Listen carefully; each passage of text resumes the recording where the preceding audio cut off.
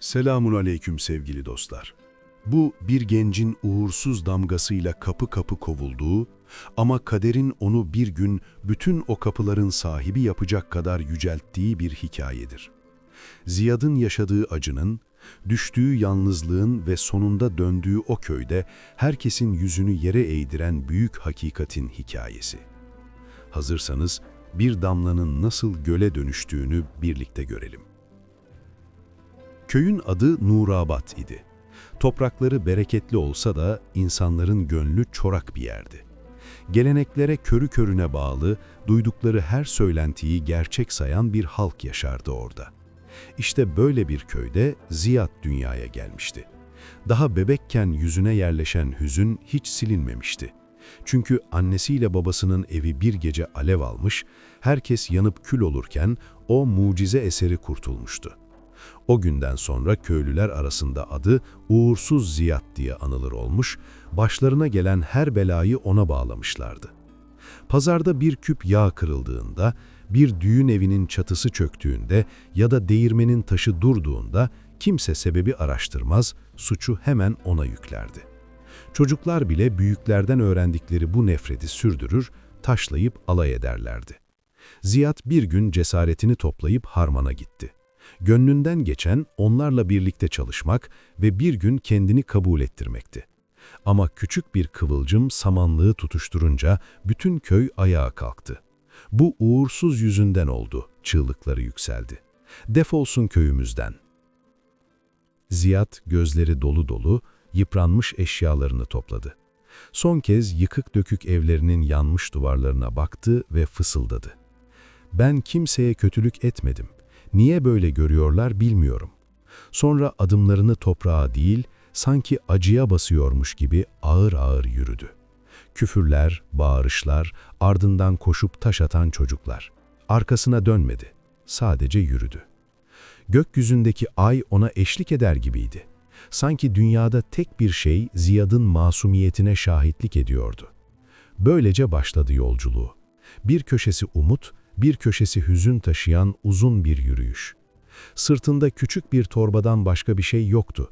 Fakat kalbinde çok daha ağır bir yük vardı. Köyünden sürülmenin yükü. Günler ve geceler boyunca yürüdükten sonra ufukta yeni bir yer belirdi. Yemyeşil bahçeleri olan, tahta çitlerle çevrili, içerisindeki kocaman taş evle göze çarpan zengin bir çiftlikti bu. Ziyad yorgunluktan bir nar ağacının altına oturup dinlenmek istedi. Tam gözlerini kapatmıştı ki, iri yapılı, kaslı omuzları olan, yüzünden olgunluk ve ciddiyet okunan bir adam ona doğru yürüdü. Adamın bakışında hem merak hem temkin vardı. "Selamun aleyküm yabancı. Sen kimsin, arazimde ne ararsın?" dedi. Ziyad ayağa kalktı, başını eğerek, "Aleykümselam efendim. Ben köyünden kovulan bir garibim. Bana bir lokma ekmek ve çalışacak bir yer lazım. Hem güneşten korunacak bir çatıya hem de helalinden bir işe muhtacım," diye cevap verdi. Çiftliğin sahibi Ziyad'a bir süre baktı. Yüzünde hem temkin hem merhamet taşıyan bir ifadeyle, "Peki evlat," dedi sonunda. "Çalışmak istersen bahçenin kenarında boş bir kulübe var. Orada kalırsın. Karnını doyuracak kadar da aş veririm." Ziyad'ın gözleri doldu. "Allah razı olsun efendim," dedi. O an içindeki fırtına biraz olsun dinmişti. Böylece her sabah gün doğmadan işe koyulup bahçeyi suluyor, narları topluyor, hayvanların bakımını yapıyordu. Sessizdi, çalışkandı. Tek arzusu kimseye yük olmadığını göstermekti. Ama bilmeden taşıdığı geçmiş, ondan önce bu köye gelmişti bile. Bir gün Nurabat'tan bir adam kız kardeşini ziyarete gelmişti. Evin önünde otururken gözü Ziyad'a takıldı. Ziyad kuyunun başında su kovasını çekiyordu. Adam birden irkildi. Bu o," dedi. "Vallahi bu çocuk Ziyad, uğursuz diye anılan delikanlı. Onu duymadınız mı? Köyümüzde ne yıkım olduysa hepsi onun yüzünden." Bu sözler kısa sürede kadınlar arasında yayıldı, ardından erkeklerin kulaklarına kadar ulaştı. Pazar yerinde fısıltılar dolaşmaya başladı. "Uğursuz çocuk burada, dikkat edin, köyümüze de bela getirmesin." Bu söylentiler çiftlik sahibinin kulağına da gitti ama içine sindiremedi. Ben gözümle görmediğim şeye inanmam diye düşündü. Bu çocuk çalışıyor, elinden geleni yapıyor. Fakat kader Ziyad'ın sabrını yeniden sınamaya hazırlanıyordu. Günlerden bir gün Ziyad yine sabahın ilk ışıklarıyla kuyunun başına gitti. Kovayı indirdi, suyla dolduğunu duyunca çekmeye başladı. Tam o anda ip aniden koptu. Kova büyük bir gürültüyle kuyunun içine düştü. O sırada etrafta toplanan birkaç köylü alaycı bakışlarla birbirlerine baktı. İçlerinden biri gülerek, "Belli oldu, bu delikanlı geldiğinden beri kuyumuzun suyu azaldı," dedi. Ziyad'ın kalbi kırıldı fakat ses etmedi. Birkaç gün sonra köyün yıllardır gözü gibi baktığı yaşlı hurma ağacı sararmaya başladı. Yaprakları birer birer döküldü, meyveleri kuruyup toprağa düştü. Köylü kadınlardan biri uzaktan bağırdı. "Gördünüz mü? Bu ağaç nesillerdir ayakta dururdu. Ziyad geldi geleli bu ağaçta soldu." Böylece fısıltılar daha gür bir uğultuya dönüştü. Aradan çok geçmeden bir gece aç bir tilki ahıra girip tavukları telef etti. Sabah olduğunda çocuklar korkuyla etrafa saçılmış tüyleri gösteriyor, "Uğursuz geldi, tavuklarımız gitti," diye ağlıyordu. Köylüler soluğu hemen çiftlik sahibinin yanında aldı. "Onu burada tutma, geldiğinden beri başımıza gelmeyen kalmadı," diye baskı kurmaya başladılar. O akşam çiftlik sahibi sessizce Ziyad'ı yanına çağırdı. İçinde bir taraftan onun iyiliğine olan inancı, diğer taraftan bütün köyün baskısı arasında sıkışmış bir hal vardı. Çiftlik sahibi Ziyad'ın karşısında durdu, yüzünde hem yorgunluk hem çaresizlik vardı. "Evladım, vallahi sana acıdım. Bu yere bereket getirirsin diye ummuştum ama sen geldiğinden beri kuyunun kovası kayboldu, yaşlı hurma ağacı kurudu, kümesin dertleri bitmedi." Ziyad'ın kalbi sıkıştı. "Efendim," dedi hüzünle, 40 yıllık hurmanın kuruması da, bir tilkinin gece kümesi basması da benim elimde değil. Bunlar Allah'ın takdiri, benim suçum değil." Çiftlik sahibi başını öne eğdi. Ziyad'ın sözlerini duymak istemiyormuş gibi sustu. Ertesi gün köylüler geniş avluda toplandı. Önce kendi aralarında konuştular, sonra çiftlik sahibine dönüp, "Onu buradan gönder, bu çocuk kaldıkça köyümüze hayır gelmeyecek. Eğer onu göndermezsen biz seninle çalışmayız," dediler. Ziyad kalabalığın ortasında durdu, gözleri dolu, sesi titrek ama dimdik ayakta durmaya çalışarak, "Şahit olun," dedi. "Ben size kötülük etmedim, hep iyi niyetle çalıştım. Ama siz beni görmek istediğiniz gibi görüyorsunuz. Ne diyeyim, hakkınızda hayırlısı olsun." Sonra eşyalarını kulübeden topladı ve köyden uzaklaştı. Her adımı ağırdı. Arkasından taşlayan çocukların sesi, önünde karanlık bir gece. Ay bile bulutların arkasına saklanmış, sanki dünyanın utanacağı bir haksızlığa tanıklık ediyor gibiydi. Böylece Ziyad ikinci kez hiçbir suçu olmamasına rağmen bir köyden kovulmuş oldu. Yine yollara düştü. Elinde avucunda bir şey yoktu ama sabrı ve Allah'a inancı tamdı. Gündüz kavurucu sıcak, gece dondurucu rüzgar peşini bir türlü bırakmadı. Yol boyunca ona eşlik eden tek şey gökyüzüydü. Ziyad başını sık sık kaldırır, sanki halini en iyi anlayan orasıymış gibi bakardı. Bir sabah, gün henüz aydınlanırken, uzaklarda kalabalık bir pazar gördü. Kervanlar girip çıkıyor, satıcılar bağırıyor, insanlar birbirine karışıyordu. Üzerindeki tozları silkti, kendine çekidüzen verdi. Derin bir nefes aldı ve pazara adım attı. Fakat daha ilk andan bakışlar üzerine çevrildi. "Bu yabancı da kim? Üstü başı perişan, belki dilencidir," diye fısıldayanlar oldu. Ziyad bütün cesaretini toplayıp sakalında aklar belirmiş, ağırbaşlı bir adamın dükkanının önünde durdu.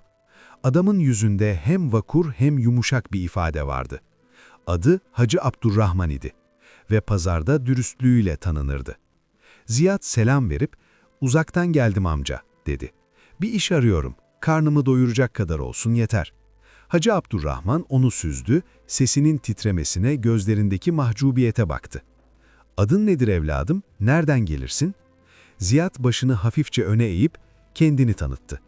"Nurabat'tan geldim ama beni oradan kovdular." Hacı Abdurrahman'ın kaşları kalktı. "Kovdular mı? Neden?" Ziyad içini çekti. Beni uğursuz sanıyorlar, her musibeti benden bilirler. Oysa ben kimseye kötülük etmedim. Bir süre sessizlik oldu. Sonra Hacı Abdurrahman'ın yüzünde bir tebessüm belirdi. "Evladım," dedi, "ben hurafelere inanmam. İnsanlar zulmeder, Allah zalim değildir. Eğer çalışmak istiyorsan dükkanım sana açıktır. Gerisini zaman gösterir." Ziyad'ın içi sevinçle doldu. İlk kez biri onu suçlamadan, yargılamadan konuşuyordu.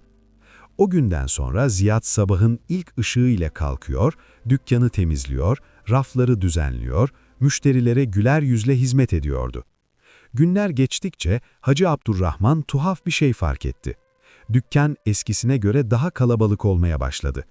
Alışveriş hızlandı, bereket arttı, her gittiğinde dükkanı tertemiz ve işleri düzene girmiş buluyordu. Bir akşamüstü sessizce Ziyad'ın yanına oturdu. Hacı Abdurrahman ona uzun uzun baktı. "Evladım," dedi, "yıllardır böyle birini görmedim. İnsanlar hakkında söylediklerini duyduğumda seni sınadım. Ama sen vallahi bereket getirdin. Seninle dükkene zeval değil, hayır geldi." Bu sözleri duyan Ziyad'ın içi ferahladı. Sanki ömründe ilk kez biri ona felaket değil, iyilik getiren biri gibi davranıyordu.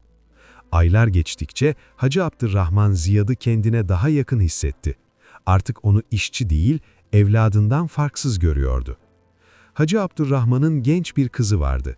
Huyu da güzeldi, yüzü de güzeldi. Gözleri deniz gibi masmaviydi.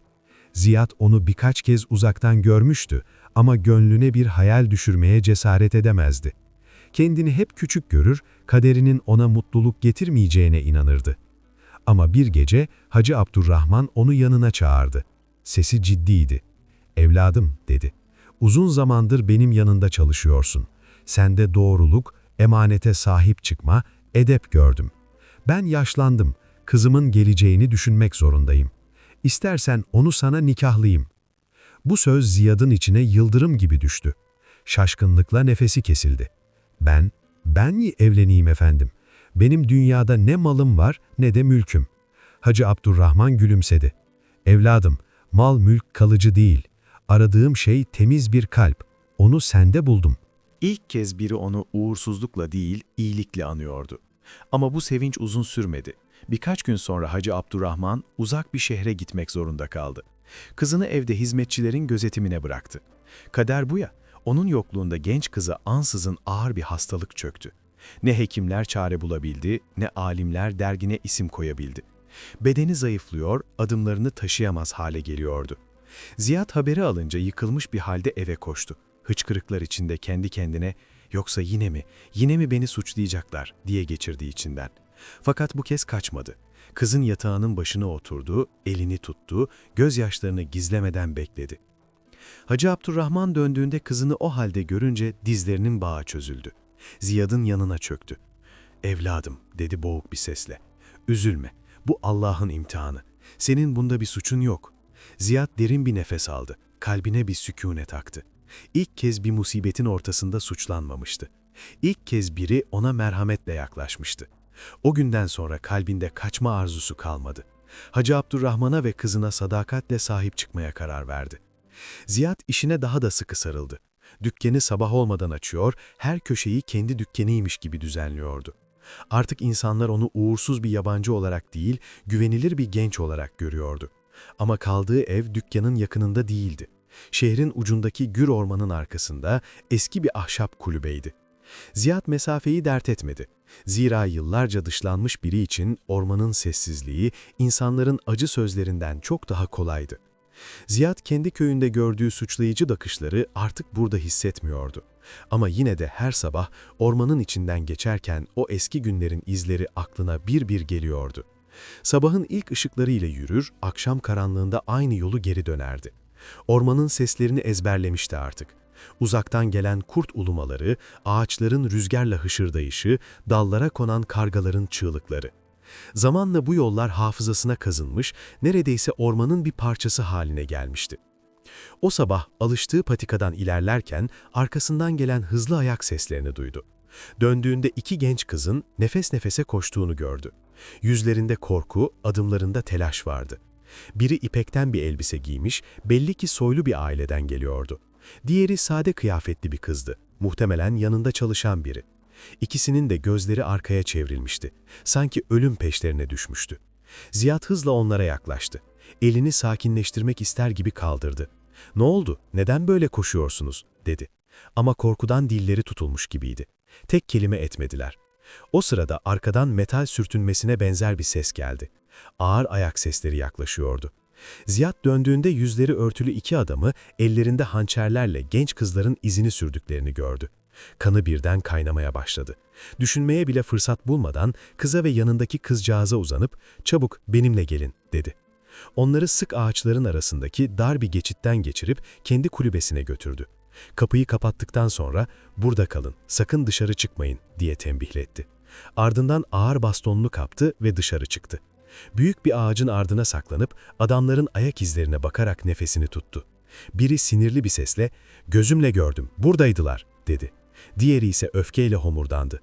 "Birisi saklıyor olmalı, bulmadan dönmeyeceğiz." Tam o anda Ziyad saklandığı yerden çıktı.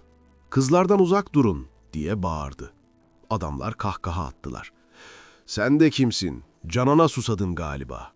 Ziyad bastonunu kaldırdı. "Ben mazluma dokundurtmam." dedi ve biri kılıcını kaldırınca hızla yana çekilip bastonunu adamın omzuna indirdi. Adam yere kapaklandı. Diğeri Ziyad'a doğru hamle yaptı fakat Ziyad kılıcın orta kısmını yakalayıp öfkeyle itti. Adam sırtını ağaca vurup sendeledi. İkisi de Ziyad'ın karşısında dayanamayacaklarını anlayınca küfürler savurarak ormanın derinliklerine doğru kaçtılar. Ziyad birkaç saniye oraya çömeldi. Nefes nefeseydi. Kolunda hafif bir kesik vardı ama yüzünde tuhaf bir gülümseme belirdi.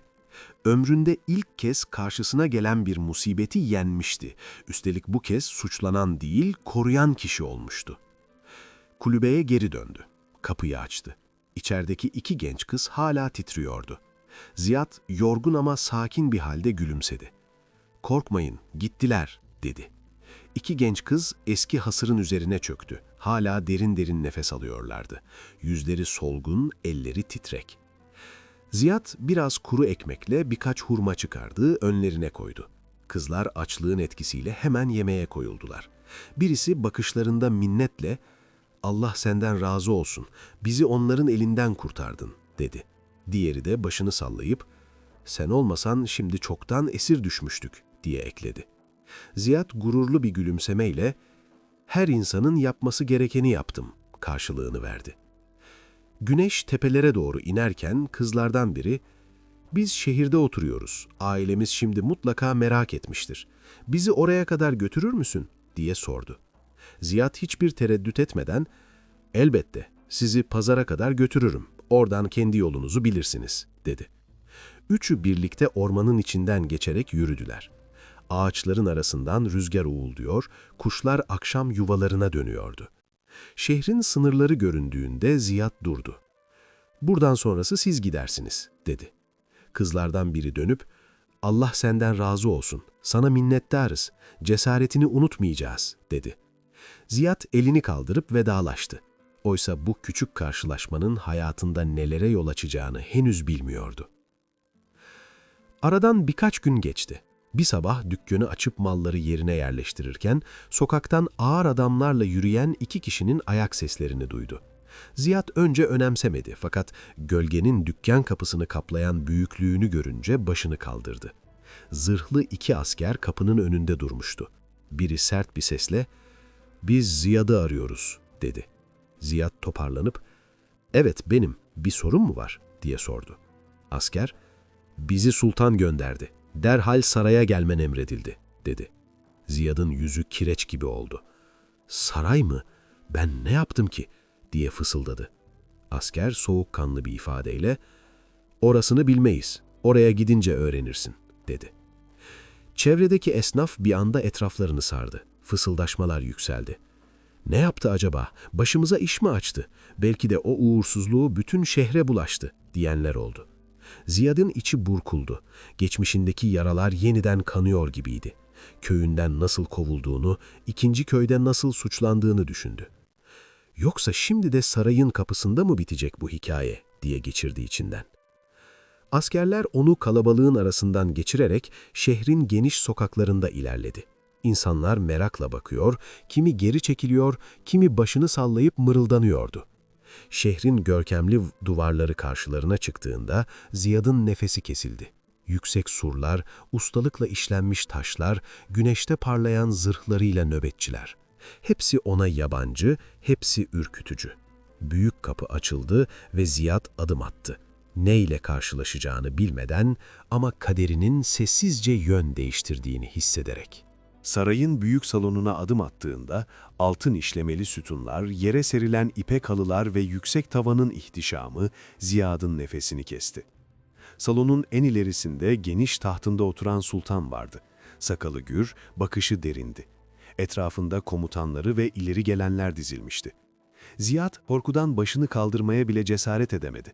Sultan tok ve ölçülü bir sesle, "Hoş geldin Ziyad," dedi. "Neden burada olduğunu biliyor musun?" Ziyad'ın sesi titredi.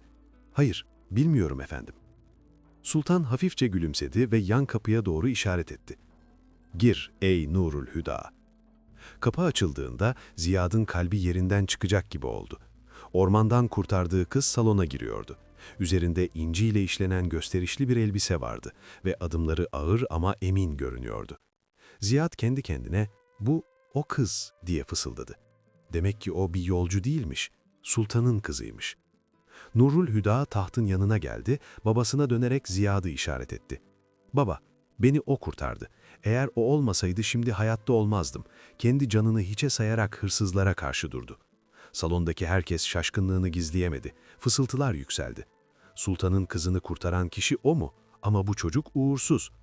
Sultan yerinden kalktı, Ziyad'a yaklaşıp elini omzuna koydu.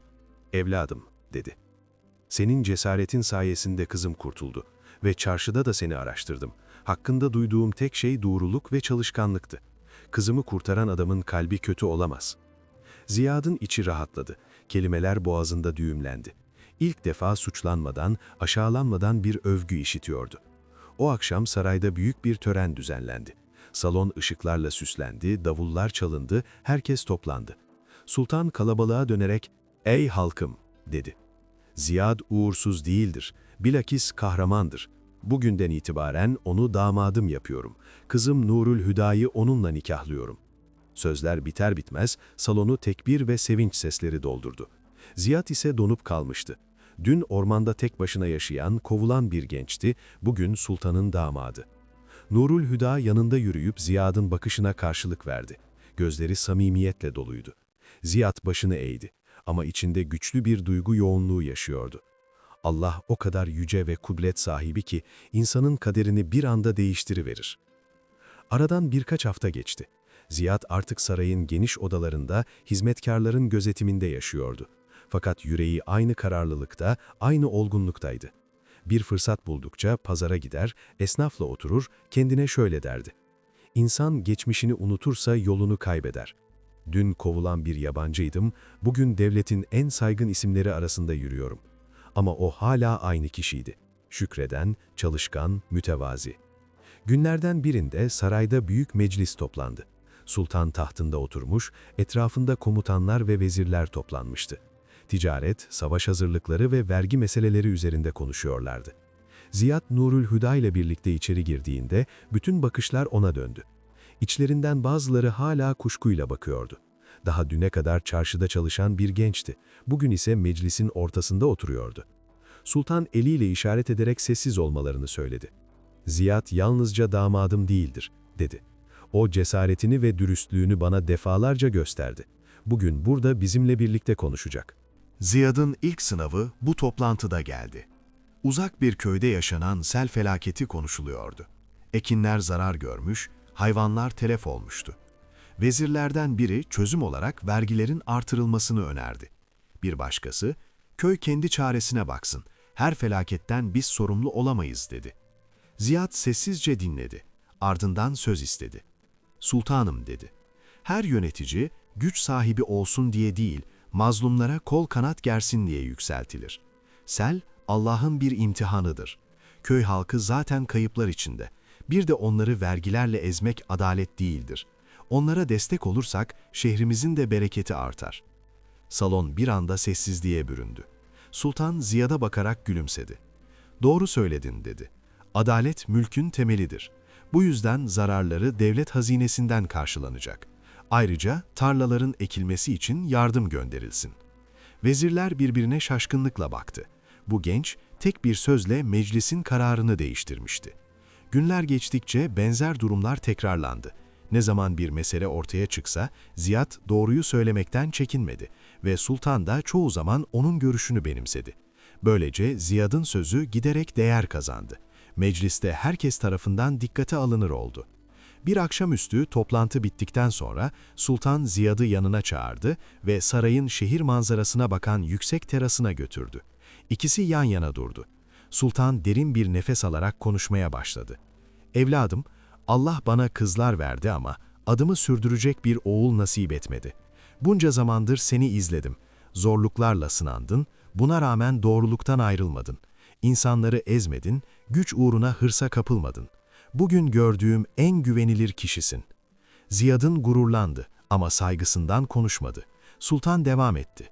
"Bugünden itibaren seni bir adım daha yükseltiyorum. Seni benim baş danışmanım ve benden sonra tahtın başına geçecek olan sensin. Seni veliaht ilan ediyorum." Bu söz saraydan şehre bir anda yayıldı. Tıpkı kuru otların arasına düşen kıvılcım gibi. "Ziyad veliaht oldu," diye konuştu herkes. Hayret eden de vardı, sevinç duyan da. Dün köyünden uğursuz diye kovulan genç, bugün ülkenin geleceği sayılıyordu. Halkın çoğu bu habere sevinçle karşılık verdi. Çünkü Ziyad'ın adaletini, merhametini ve doğruluğunu çoktan öğrenmişlerdi. Bazı ileri gelenlerin içi ise kıskançlıkla doldu ama sultanın kararına karşı çıkmaya kimse cesaret edemedi. Aylar boyunca Ziyad, sultanın yanında devlet işlerinde görev aldı. Çarşıların düzenini sağladı, ticareti takip etti, köylere bizzat giderek çiftçilerin dertlerini dinledi. Haksızlıkları kaldırttı, ağır vergileri hafifletti. Nereye gitse insanlar, "Ziyad'dan sonra bereket geldi, yıllardır böyle adalet görmemiştik," diye konuşuyordu. Sarayda ise Nurül Hüda ile huzurlu bir hayat sürüyordu. Küçük çocukları olmuş, onların neşeli sesleri sarayın taş duvarlarına canlılık katmıştı. Ziyad bazen çocuklarının başında oturup kendi çocukluğunu anlatır, geçmişte yaşadığı acıları onlardan uzak tutmak isterdi. İçinden, "Keşke annemle babam bugünleri görseydi. Bir zamanlar uğursuz sayılan oğulları bugün devletin veliahtı oldu," diye geçirirdi. Fakat kader Ziyad'ı rahat bırakmaya pek niyetli değildi. Onu bekleyen büyük bir imtihan vardı. Üstelik bu imtihan onu yıllar önce ardında bıraktığı o köye geri dönecekti. Bir sabah Ziyad sarayın avlusunda çocuklarıyla oynarken hafif esen rüzgar yüzünü okşuyor, nar ağacının dalları gölge yapıyordu. Tam o anda sarayın kapısı açıldı. Üstü toz içinde bir süvari içeri girdi. Nefes nefese, "Efendim, Veliaht Hazretleri, sultanınız sizi acilen meclise çağırıyor," dedi. Ziyad'ın içi açıklayamadığı bir sıkıntı kapladı. Hemen meclise geçtiğinde sultanı gergin bir halde etrafında toplanmış komutanlarla birlikte buldu. Sultanın sesi bu kez daha ağırdı. "Kötü haber aldık. Paralı askerler ve yol kesenler bir köye baskın düzenlemiş." Sultan sözünü burada kesip derin bir nefes aldı. Herkesin gözleri onda ama en çok Ziyad'ın yüzündeydi. Sonunda devam etti. Baskına uğrayan Nurabat. O an Ziyad'ın yüzü düştü. Ayaklarının altındaki zemin bir anda kaymış gibiydi. Doğduğu yer, kovulduğu yer, lanetli sayıldığı o köy. Sultan konuşmayı sürdürdü. Onlar köyün buğday ambarlarını ele geçirmiş, insanları esir almış, kadınları aşağılamışlar. Köy tamamen onların elinde kalmış. Ziyad derin bir nefes aldı ama nefesi sanki göğsünde yarım kaldı. Yıllar boyunca yaptığı her şey, kazandığı her makam, aldığı her övgü, hepsi bir anda bu haberle allaşağı olmuştu. Kader onu yeniden başlangıç noktasına çağırıyordu. Saray bir anda sessizliğe büründü. Sultan ağır bir bakışla Ziyad'a dönerek, "Evladım, bu görev senden başkasına yakışmaz. Orası senin köyün, atan, yurdun," dedi. Bu söz Ziyad'ın göğsünde kor gibi yandı. Yumruklarını sıktı, parmaklarının ucu kızardı. Köy halkının onu kapı dışarı ettiği günü hatırladı. "Uğursuz, çık git," diye bağıranların yüzleri tek tek zihninde belirdi. O gece yalnız başına, ay ışığının altında yürüdüğünde, içindeki kırgınlıkla birlikte akıp giden gözyaşlarını hatırladı. Başını kaldırıp, sesi titreyerek, "Sultanım, beni bir zamanlar hiçbir günahım olmadan kovdular, uğursuzsun dediler. Ama bugün onların elinde esir olduklarını duyunca yüreğim dayanmıyor. Beni reddetmiş olsalar da onları o canilerin eline bırakmam," dedi. Sultan hafifçe gülümseyip omzuna elini koydu. "İşte budur evladım. Adalet öç bilmez, hak bilir. Git Ziyad, bu sefere sen komutanlık edeceksin." Bu karar sarayda dalga gibi yayıldı. "Veliaht sefere çıkıyor, hem de kendi köyüne," diye fısıldaşıyordu herkes. Bazıları şaşkındı ama sultan sözünü keserek, "Zamanında zulüm görmüşsün ama onlara yapılan zulmü de en iyi sen anlarsın," dedi. Ziyad sarayın avlusuna çıktığında askerler çoktan toplanmıştı. Savaş naraları yankılanıyor, mızrak uçları güneşte parlıyor, sancaklar rüzgarda dalgalanıyordu. Ziyad yüksekçe bir yerde durup seslendi.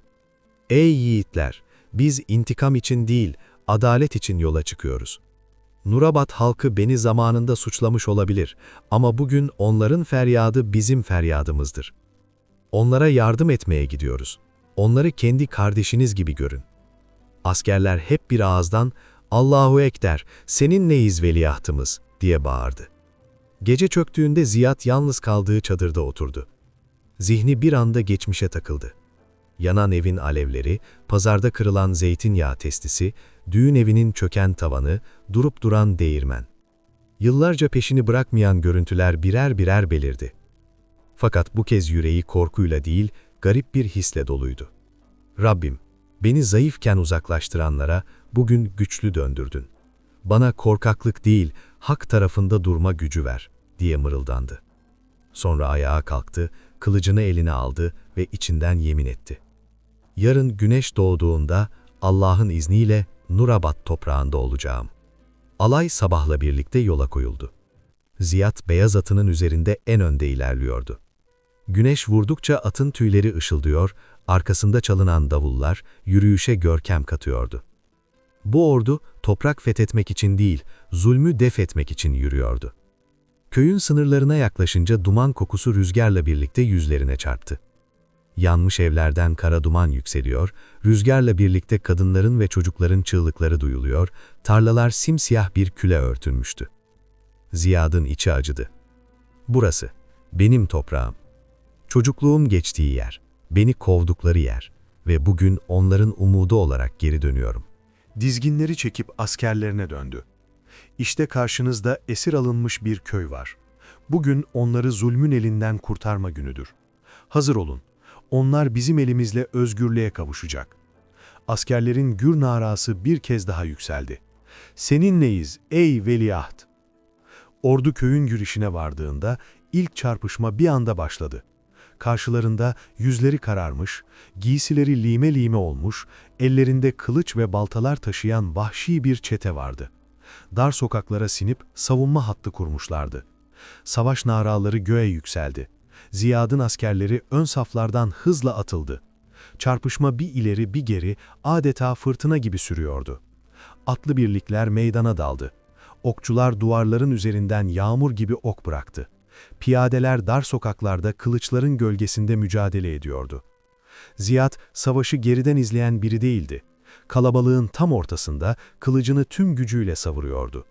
Demir demire değdikçe parlayan kıvılcımlar meydanı kısa süreliğine aydınlatıyordu. "İleri!" diye haykırdı. "Bu toprakları onlara bırakmayın."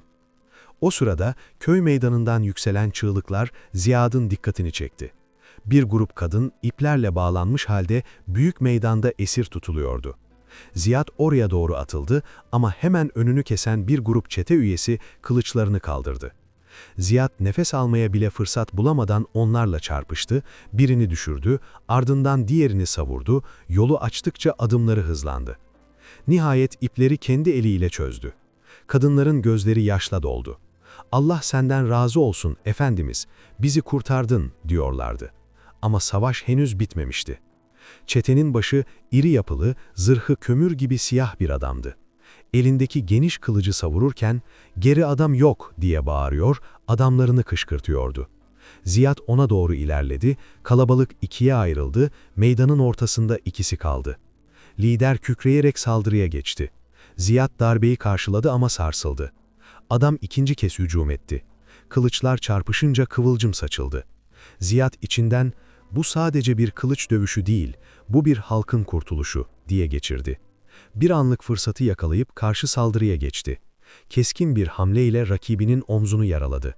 Lider sendeledi ama geri adım atmadı. Öfkeyle tekrar hücum etti. Mücadele uzun sürdü. Yoruldukça nefesleri ağırlaştı. Ama Ziyad'ın gözlerinde sönmeyen bir kararlılık vardı. Sonunda çete liderinin kılıcı elimden kaydı, yere düştü. Ziyad hiç beklemeden son hamleyi yaptı. Adam yere yığıldığında meydanda derin bir sessizlik oldu. Ardından askerlerin sesi duyuldu. "Zafer! Zafer! Veliaht için zafer!" Dağılan çete üyeleri paniğe kapılıp kaçtı.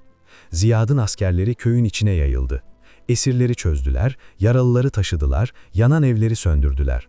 Kaosun yerini yavaş yavaş nefes alan bir sükûnet aldı. Ziyad, savaşın ortasında göğe bakarak, "Hamdolsun, hak geldi, haksızlık yıkıldı," dedi. Ardından köy halkının ona doğru koştuğunu gördü. Kimileri diz çöktü, kimileri ağladı, bazıları ise titreyen seslerle, "Bizi affet Ziyad, sana zulmettik, sana taş attık, adını lekeledik ve sen yine bizi kurtardın," diyorlardı. Ziyad bir süre konuşmadı, yüzlerine baktı. Onu bir zamanlar köy meydanında kovalamış olan aynı yüzler. Hırçın çocuklukları, sert dilleri, haksız ithamları. Ama bugün gözlerinde sadece pişmanlık ve umut vardı. Onların arasında atlar da vardı. Zamanında "Senden uğursuzluk gelir," diye bağıran adam. Başlarında durup onu suçlayan yaşlı köy büyüğü, değirmen durduğunda onu töhmet altında bırakan kadınlar ve çocukken ona taş atan o çocuklar. Şimdi büyümüşler ama gözlerindeki pişmanlığın izi aynı kalmıştı. Ziyad onların hepsine baktı. İçinden onlara acıyordu ama öfke yoktu. Çünkü o adaletli biriydi, hak yemezdi. Köyün yaşlı şeyhi ağır adımlarla öne çıktı. Bedeni titriyordu. Sanki omuzlarında yılların değil, koca bir taşın ağırlığı vardı. Ziyad'ın karşısında durdu, dizlerinin bağı çözüldü ve yere çöktü. Ellerini uzatırken sesi titriyordu. Kalbi dilinden önce konuşuyordu. "Ey oğlum, ey veliahtımız, sana haksızlık ettik. Günahlarımızı sana yükledik. Başarısızlıklarımızı senin adınla örttük. Seni anlayamadık. Evinden kovduk, yurdundan ayırdık. Bugün ise sen olmasaydın hepimiz yok olacaktık. Bağışla bizi Ziyad, ne olur bağışla." Ziyad cevap vermedi. Etrafına baktı. Kalabalığın arasından atlar da öne çıktı. Başını eğdi. "Affet beni efendim. O gün kırılan yağ testisini sana bağladım. Ama raf zaten çürüktü. Ben kendi korkuma yenildim. Seni suçlayarak rahatladım. Hakkını helal et." Ardından değirmendeki kadınlardan biri konuştu. "O gün değirmen durunca Ziyad uğursuzluk getirdi dedik. Oysa taşın değiştirilmesi gerekiyordu. Biz kusuru görmezden geldik. Suçu sana attık. Korktuk. Yüzleşemedik. Bunu yıllardır taşıyoruz." Ziyad'ın içindeki ağırlık yavaş yavaş kayboluyordu. Bu sözler sadece eski bir gencin yarasını değil, köyün yıllardır içinde büyüttüğü bir hastalığı da temizliyordu. Sorumluluktan kaçma, suçu başkasına yükleme, düşünmekten korkma. Ziyad elini kaldırdı. Kalabalık bir anda sustu. "Ey insanlar," diye başladı. Gözler ona çevrildi. İçlerinde umutla korku iç içeydi. "Ben bu toprağın çocuğuyum. Bir zamanlar zayıftım, savunmasızdım. Bu köy beni kovdu. Bugün ise buraya hesap sormaya değil, sizi korumaya geldim. Şunu iyi bilin, ne ben uğursuzdum, ne de bir başkası uğur getirir. Biz insanız. Başımıza gelen iyi ya da kötü her şey Allah'ın takdiriyle olur. Bir insanı suçlayıp talihsizliğini ona yüklemek, aslında Rahman'ın hükmünü inkar etmektir." Kalabalık başını eğdi. Ziyad devam etti. "O gün yağ testisi kırıldığında suç raftaydı. Düğün çadırı çöktüğünde ip eskiydi. Değirmen durunca taş değişmeliydi. Bunların hiçbiri benim kaderim değildi. Ben sadece bir insandım, aranızdan biriydim. Suçu bir kişiye yükleyerek aynayı kırabilirsiniz ama yüz yine aynı yüzdür." Sesi sanki tek bir kalbe hitap ediyormuş gibi alçaldı. Ben yıllarca uğursuz diye anıldım. Öyle ki neredeyse buna inanacaktım. Ama Allah kulunu bırakmaz. Hakkı arayanı bir gün yoluna çıkarır. Bana köy köy kapılar kapandı. Ama sonra biri çıktı, bu Allah'ın takdiridir dedi. Ormanda gördüğüm 2 genç kızı korudum, bilmeden bir kapı açıldı. Meğer o kapı sultanın kapısıymış. Benim yaptığım sadece doğruluktu. Güçlü olan ben değildim. Beni gören Rabbimdi. Kalabalıktan çıt çıkmıyordu. Ziyad köyüne bir daha baktı. Bugün istersem hesap sorarım, ceza veririm. Ama ben bunu yapmayacağım. Çünkü affetmek de adalettir. Ben sizden korkan bir köy istemiyorum. Gerçeği gören, aklıyla yaşayan bir köy istiyorum. Halkın içinden bir uğultu yükseldi. Hem gözyaşı hem rahatlama vardı. Böylece Ziyad'ın hikayesi de bitmiş oldu. Bir zamanlar taşlanan, kovulan bir yetim, bugün adalet ve huzur taşıyan bir veliaht olmuştu. Yılların kırgınlığı yerini olgunluğa bırakmış, bir köyün kaderi tek bir insanın doğruluğuyla değişmişti. Ve kıymetli dostlar, umarım hepimiz hakikati görmekte geç kalmayız. Umarım vesveselerin arkasına saklanıp kimsenin kalbini incitmeyiz. Allah bizi düşünen, aklı başında insanlardan eylesin inşallah.